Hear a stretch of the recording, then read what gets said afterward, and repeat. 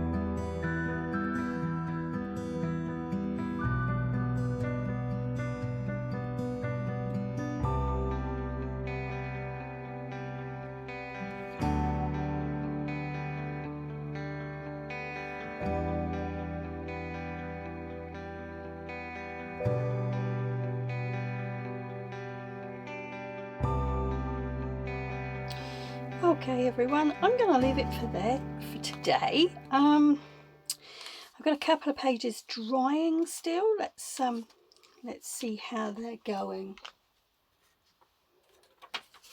Yep, this one can go back in.